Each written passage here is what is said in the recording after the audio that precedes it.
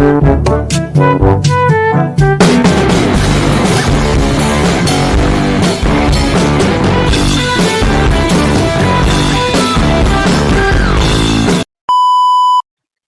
guys, I'm Fitria Arum Alfiani and today we'll talk about interpreting. We'll talk about the differences between interpreting and translations. And then we'll talk about modes of interpreting, then types of interpreting.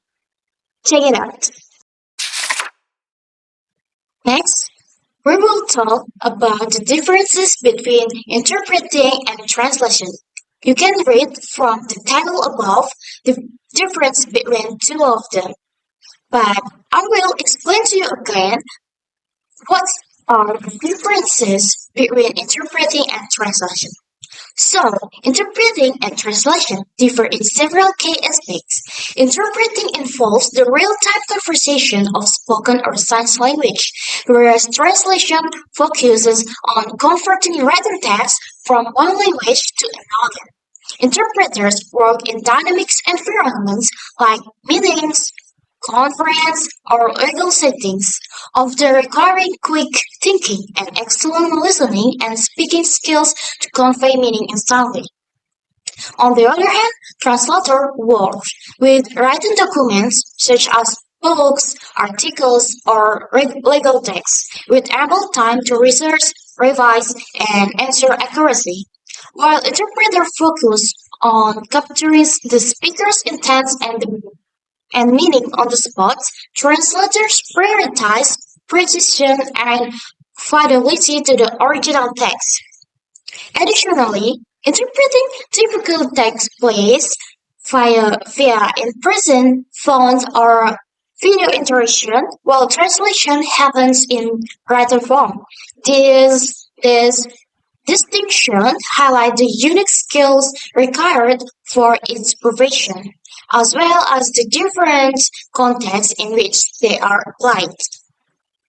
Then we are gonna talk about modes of interpreting.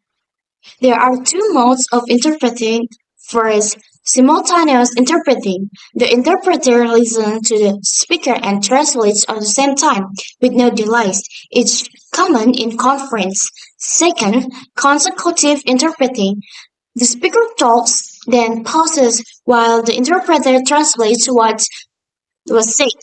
It's common in interviews or small meetings. Next and the last, we are going to talk about types of interpreting. So here's a breakdown of different types of interpreting. First, whispers interpreting. The interpreter whispers translation to one or a small group of listeners while speaker is talking. It usually used in situations where only few people need interpretation. Second, sign interpreting. The interpreter reads a written text in one language and translates it orally into another language on the spot. It combines reading and interpreting. Third, conference interpreting. Used in large meetings or conferences, typically with simultaneous interpreting, interpreters work in soundproof booth and translate the speaker's message as they talk. Fourth, bilateral interpreting.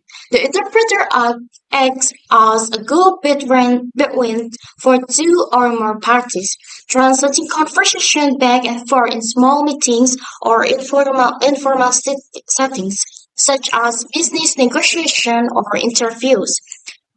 Fifth, escort interpreting. The interpreter accompanies an individual or group on visits, tours, or meetings, providing interpretation for conversation and interaction along the way.